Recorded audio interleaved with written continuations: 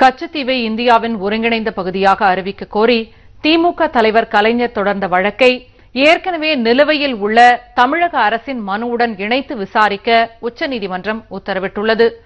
கச்சத்தீவு பகுதியில் மீன்பிடிக்க செல்லும் விவசாய விளை நிலங்களில் பதிக்கப்பட்டுள்ள கெயில் நிறுவனத்தின் எரிவாயு குழாய்களை அகற்றுவதற்கு தயார் என்று மத்திய அரசு உச்சநீதிமன்றத்தில் தெரிவித்துள்ளது. இதனை அகற்றுவதற்கு தனி மனு தாக்கல் செய்யுமாறு உச்சநீதிமன்றம் உத்தரவிட்டுள்ளது. கேரள மாநிலம் கொச்சியிலிருந்து பார்வையற்ற மாணவர்களுக்கு வேலை வாய்ப்பு அளிப்பதாக கூறி அதிமுக அரசு பிறப்பித்த அரசாணை ஏமாற்றும் செயல் என்று மாற்றுத்திறனாளிகள் சங்கத்தினர் குற்றம் சாட்டியுள்ளனர். சென்னையில் இன்று செய்தியாளர்கள்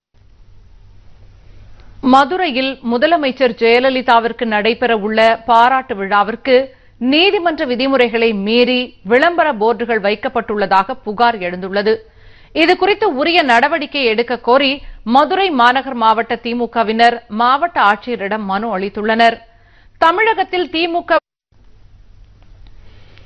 ஆசிரியர் பயிற்சியின் போதே தரமான பயிற்சி அளிக்க வேண்டும் என்று அகில இந்திய தொடக்கப்பள்ளி கூட்டணி உயர்கல்வி அமைப்பு கோரிக்கை விடுத்துள்ளது. அகில இந்திய கிருஷ்ணகிரியில் ரியல் எஸ்டேட் தொழிலில் முதலீடு செய்து பணத்தை இரட்டிப்பு செய்து தருவதாக கூறி பணம் வசூலித்து 5 கோடி ரூபாய் மோசடி செய்த நிறுவனத்தை பொதுமக்கள் முற்றுகையிட்டு போராட்டம் நடத்தினர். புதுடெல்லியை தலைமையிடமாக கொண்ட ஒரு ரியல் எஸ்டேட் மதுரை திண்டுக்கல் 4 வழிச்சாலை ஓரத்தில் வெட்டுக்காயங்களுடன் கொலை செய்யப்பட்டு கிடந்த இளைஞரின் உடல் மீட்கப்பட்டு விசாரணை மேற்கொள்ளப்பட்டு வருகிறது.